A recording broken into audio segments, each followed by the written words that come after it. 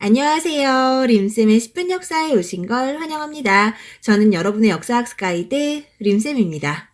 오늘은 고등한국사 3-4 사회 경제 변화와 문화 변동으로 돌아왔습니다. 이번 시간엔 개항 이후 격변한 조선의 모습을 경제와 문화에 초점을 맞춰 정리해 보려고 합니다. 그럼 먼저 경제 파트부터 시작해 볼까요?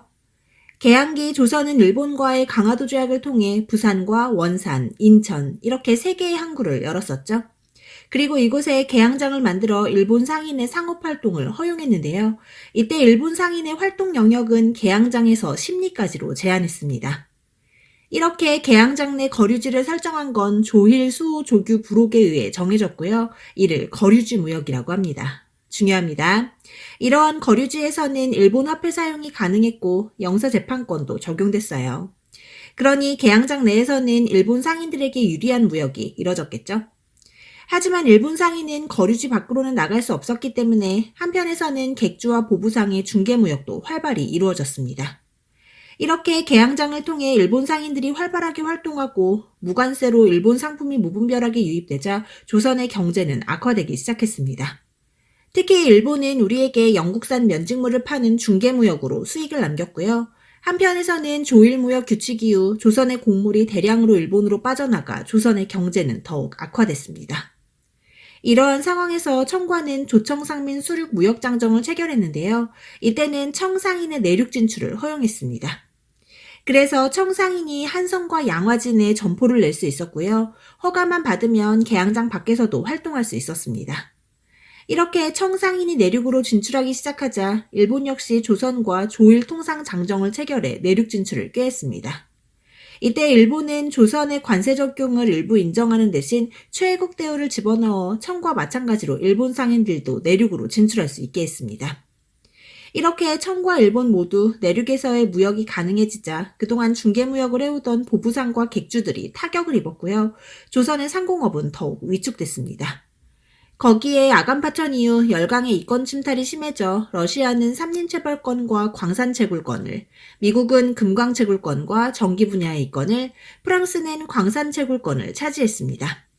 한편 철도 부설권에 관심이 많았던 일본은 경부선과 경원선은 물론 미국에게 경인선 부설권을 넘겨받고 프랑스에게는 경의선 부설권을 인수받았습니다. 이렇게 철도 부설권을 많이 차지한 일본은 결국 러일 전쟁에서 승리하며 한반도 수탈에 박차를 가했습니다. 그래서 1904년엔 재정고문인 메가타를 앞세워 화폐 정리 사업을 시작했는데요. 중요합니다. 화폐 정리 사업이란 조선의 화폐인 상평통보와 백동화를 일본 화폐인 일본제일은행권으로 교체하는 작업을 말합니다. 하지만 이때 백동화의 가치만큼 제1은행권으로 바꿔주지 않아 조선의 많은 상인들과 민간은행은 큰 타격을 입었고요. 화폐 정리 사업이 필요한 자금을 일본으로부터 빌리게 해 우리는 일본에 막대한 빚을 지게 됐습니다. 또 이 시기 일본의 상인들은 한국의 토지를 대규모로 사들이기 시작했으며 러일 전쟁 후에는 철도 부지와 군용지 확보를 명분으로 우리의 영토가 대거 수탈당했습니다. 이렇게 조선의 토지를 일본에 넘기는 데 앞장선 회사가 있는데요. 바로 동양척식 주식회사입니다. 중요합니다. 이때 동척은 국유화된 황실 소유의 땅을 일본인들에게 싼 값에 팔아넘겼습니다. 한편 이러한 열강의 수탈에 우리 민족이 가만히만 있었던 건 아닙니다. 우리의 경제를 수호하기 위한 여러 노력들이 있었는데요. 이 중 먼저 상권수호 운동부터 살펴볼게요. 조선의 상인들은 상권수호를 위한 노력으로 상회사를 조직했습니다. 중요합니다. 상회사란 외국의 상권 침투에 맞서 같은 업종의 상인들이 자본을 투자해 만든 합자회사로 이때 만들어진 대표적인 상회사에는 대동상회와 장통상회가 있습니다. 그리고 시전 상인들 역시 조선의 상권 보호를 위해 황국중앙총상회를 조직했으며 청과 일본 상인이 서울에 점포를 열자 상점문을 닫는 철시투쟁을 강행하기도 했습니다. 이 밖에도 조선의 상인들과 전현직 관료들은 근대적 기업 육성을 위해 금융기관인 조선은행과 한성은행, 대한천일은행 등을 조직했고요. 해운회사와 철도회사, 종로 직조사 등 제조업 회사도 설립했습니다. 하지만 이들의 노력은 정부 지원 정책의 부족으로 큰 성과를 보진 못했고요. 이때 생겨난 은행들 역시 화폐 정리 사업으로 큰 타격을 입었습니다. 한편 조선의 일부 지방관들은 일본으로의 곡물 유출을 막기 위해 방공령을 선포했는데요. 중요합니다. 방공령이란 곡물 유출을 방지하는 명령으로 조일 통상 장정의 내용 중 하나입니다. 이는 조선에서 곡물의 수출을 막고자 할 때 한 달 전 미리 일본에 통보하면 가능할 수 있게 한 조항입니다. 그래서 이를 근거로 함경도와 황해도의 일부 지방관이 방공령을 내렸는데요. 황당하게도 이때 일본은 미리 통보하지 않아 자기들이 손해를 봤다며 방공령을 철회시키고 되려 배상금을 요구했습니다. 결국 조선의 곡물 유출을 막고 농민을 보호하려 했던 일부 지방관들의 노력은 수포로 돌아갔습니다. 참, 이 시대에 힘없는 조선이 너무 안타깝네요. 그래서 국가가 힘이 있어야 되는 겁니다. 암튼 이렇게 방공령까지 개항기 경제 파트를 정리해봤고요. 다음 사회문화 파트로 넘어가 볼게요. 조선은 개항 이후 서양의 근대 문물을 받아들여 분야별로 다양한 근대 시설을 도입했습니다. 이 중 먼저 통신 분야에서는 1884년 부산과 일본을 잇는 최초의 전신이 개통됐고요.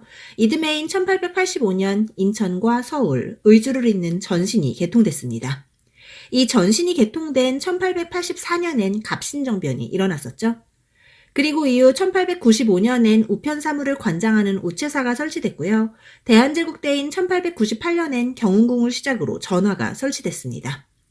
그리고 역시나 대한제국 때인 1899년 새로운 교통시설로 전차가 도입됐는데요. 한성전기회사의 주도로 서대문과 청량리를 잇는 최초의 전차가 개통됐습니다. 그리고 일본의 주도로 철도도 부설됐는데요. 1899년엔 경인선이, 그리고 러일전쟁 때는 경부선이, 그 이후에 경의선이 개설됐습니다. 이렇게 일본이 열심히 철도를 개설한 건 러일전쟁 때 전쟁 물자를 실어 나르기 위함이었습니다. 어디까지나 침략과 수탈의 목적이었다는 거. 한편 이 시기 서양의학에 대한 관심이 높아져 1885년 최초의 근대식 병원인 광해원이 설립됐고요. 천연두 예방을 위한 백신 접종으로 종두법이 시행됐습니다. 이 밖에도 새로운 근대시설로 화폐를 발행하는 전왕국과 무기 제조 공장인 기기창이 설립되는데요. 이는 근대화 초기인 1883년에 만들어졌습니다. 이렇게 개항기에는 많은 변화가 있었고요. 이러한 변화는 생활 모습에서도 나타났습니다. 그래서 의복에서는 서양식 예복이 들어오고 한복도 간편하게 개량됐으며 그동안 여성들이 사용하던 장옷과 쓰개치마는 사라졌습니다. 그리고 음식 문화에도 변화가 생겨 고위층과 왕실에서는 커피와 케이크를 먹기 시작했고요. 중국의 호떡과 일본식 어묵도 소개됐습니다. 또 건축에서는 서양식 건물이 등장했는데요. 러시아 공사관과 명동성당, 덕수궁 석조전이 이에 해당됩니다. 이렇게 의식주에도 많은 변화가 있었던 개항기엔 문학과 예술에도 새로운 바람이 불었는데요. 먼저 문학에서는 계몽적 성격을 띤 신소설이 등장했습니다. 이 시기 대표적인 작품으로는 혈의누, 은색의 금수회의록 등이 있고요. 신체 시인 해에게서 소년에게도 발표됐습니다. 그리고 음악에서는 서양의 곡에 우리말 가사를 붙여 부르는 창가가 유행해 주로 찬송가 곡조에 우리말 가사를 붙여 노래했습니다. 또 미국에서는 서양식 화풍이 도입돼 유화를 그리기 시작했고요. 1908년엔 최초의 서양식 극장인 원각사가 세워져 연극으로 은세기를 공연했습니다. 그리고 이 시기 종교계에서의 활동도 활발히 이어졌는데요. 먼저 천도교로 이름을 바꾼 동학은 3대 교주인 손병희의 주도로 민족의식의 고취를 위해 학교를 설립하고 만세보라는 신문을 간행했습니다. 또 대종교라는 새로운 종교가 등장했는데요. 이는 나철과 오기오가 당군 신앙을 바탕으로 창시한 종교입니다. 이러한 대종교는 만주 지역으로 포교를 확대해 이후 국외무장 독립운동을 후원했습니다.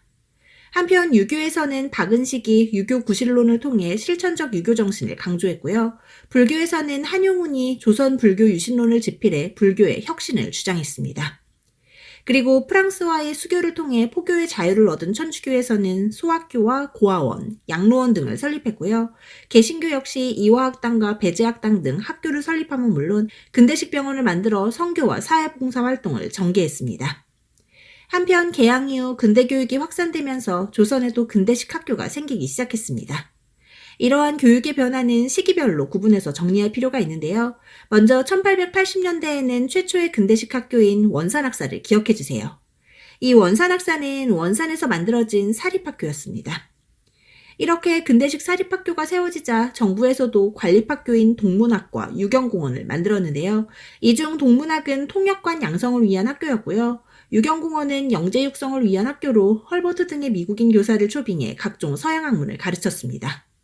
또 앞서 개신교의 활동에서 소개해드렸던 이화학당과 배제학당 역시 이 시기에 만들어진 학교였습니다. 그리고 갑오개혁 시기 고종이 교육입국 조서를 반포했는데요. 중요합니다. 이때 고종은 부강한 국가를 위해선 국민교육이 반드시 필요하다고 강조했고요. 이때 반포된 교육입국 조서로 근대적 학제가 마련되고 한성사범학교와 외국어학교, 소학교 등의 관립학교가 세워졌습니다. 그리고 광무개혁 시기에는 상공업진흥정책에 맞춰 많은 실업학교가 설립됐고요. 을사늑약을 전후해서는 대성학교와 오산학교, 여학교 등이 설립됐습니다. 하지만 일제는 1809년 사립학교량을 만들어 우리의 민족학교를 탄압했습니다. 다음은 언론의 발달인데요. 먼저 1883년 우리나라 최초의 신문인 한성순보가 발행됐습니다. 중요합니다. 이 한성순보는 국가에서 발행한 신문으로 방문국을 통해 순한문체로 발행됐습니다. 그리고 독립협회 때 등장했던 독립신문은 서재필이 민중계몽을 위해 창간했고요. 순한글판과 영문판으로 발행됐습니다. 그리고 서민층과 부녀자들을 대상으로 한 제국신문도 순한글 신문이었고요. 지식인들을 대상으로 간행된 황성신문은 국한문 혼용체를 사용했습니다. 이 제국신문과 황성신문은 모두 1898년에 창간됐고요. 특히 황성신문에는 민족의식의 고취를 위한 많은 글들이 실렸습니다. 그리고 1904년 강력한 항일 언론신문인 대한매일신보가 창간됐는데요. 중요합니다. 이 대한매일신보는 양기탁과 영국인 베델이 함께 창간했으며 순한글과 국한문 혼용, 영문판 이렇게 3가지 버전으로 발행됐습니다. 하지만 우리의 이러한 활발한 언론활동을 일제가 가만히 두고만 보진 않았겠죠? 결국 일본은 1907년 신문지법을 만들어 우리의 언론을 탄압했습니다. 그리고 한편에서는 우리의 민족의식을 고취시키기 위한 국학이 발달했는데요. 먼저 국어 분야에서는 주시경과 지서경 등이 국문연구소를 만들어 활동했고요. 국문법을 정리해 주시경은 국어문법을, 육일주는 대한문전을 편찬했습니다. 그리고 역사 분야에서는 민족영웅의 위인전이 많이 편찬됐는데요. 먼저 박은식은 동명왕 실기와 영계소문전 등을 저술했고요. 신채우는 수군제일 위인 이순신전과 을지문덕 등을 저술했습니다. 특히 이 신채우는 중요한 인물인데요. 신채우는 독사실론이라는 논설을 통해 민족을 역사 전개의 주체로 봐야 한다고 강조했고요. 이러한 신채우의 주장은 이후 민족주의 사학의 시초가 됐습니다. 이처럼 이 시기의 여러 변화들은 우리 민족의 민권의식을 많이 성장시켰는데요. 이에 가장 앞장선 단체는 누가 뭐래도 독립협회입니다. 이러한 독립협회는 천부인권 사상과 신체의 자유, 재산권 보장, 양성평등을 주장했고요. 이 역량으로 여성의 권리가 신장해 여권통문이 발표되고 여학교가 설립됐습니다. 이러한 변화들을 살펴보면 확실히 이 시기가 근대사회로 나아가고 있는 시기였다는 걸 알 수 있죠? 오늘은 개항기 경제와 사회문화에 대해 살펴봤는데요. 오늘 준비한 내용 여기까지입니다. 오늘 내용이 세부적인 게 좀 많아요. 반드시 스스로 복습하는 시간 가지셔야 됩니다. 그럼 오늘도 정말 고생 많으셨고요. 구독과 좋아요는 언제나 감사드립니다. 그럼 안녕, 뿅!